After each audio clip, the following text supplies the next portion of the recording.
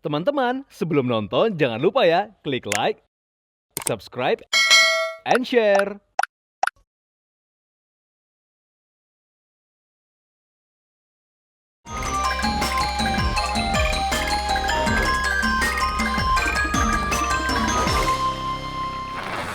Wangsul malih pawartos Jawi Hono Coroko TV kalih kula Sheila Oktarina spesial Rioyo Idul Adha. Pamirsa wonten ing napak tilas kabudayan wekdal menika kita badhe ngrembak setunggaling mitos menarik ingkang kacariyosaken ngendikanipun bilih lorong Guwa Safarwadi wonten ing Tasikmalaya nyambung dumugi Mekah. Temtunipun bab menika dados pawartos ingkang viral lan masyarakat ingkang penasaran nggih sami sesarengan kagem mlebet wonten ing guwa menika. Pamirsa sumangga kita sami-sami mirsani sesarengan pawartosipun.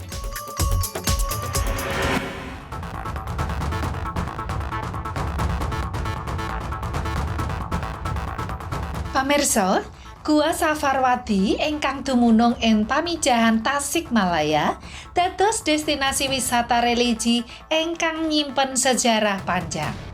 Guwa menika dipun pitados kagem papan pandhelikan, ngiras papan kagem semedi para ulama ing kala rumiyin.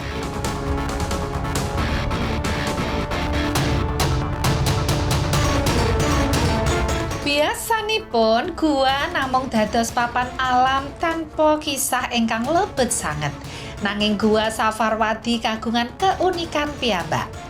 Kathah ingkang pitados bilih lorong guwa menika kagungan jalur spiritual ingkang saged tembus ngantos Mekah. Sanadyan secara ilmiah bab menika dereng kebukti.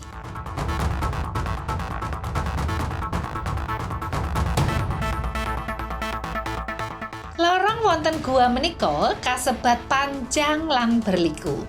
Sebagian tiang ngaku kados wonten kahanan ingkang benten wekdal mlebet.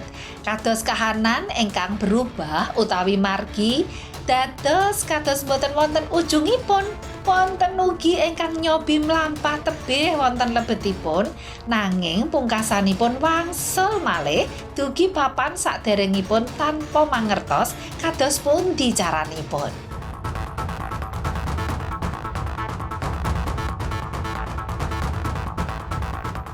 Ngantos sakmenika dereng wonten ingkang saestu mbuktekaken menapa guwa menika saestu saged tembus dugi Mekah utawi namung sekedar cariyos turun temurun.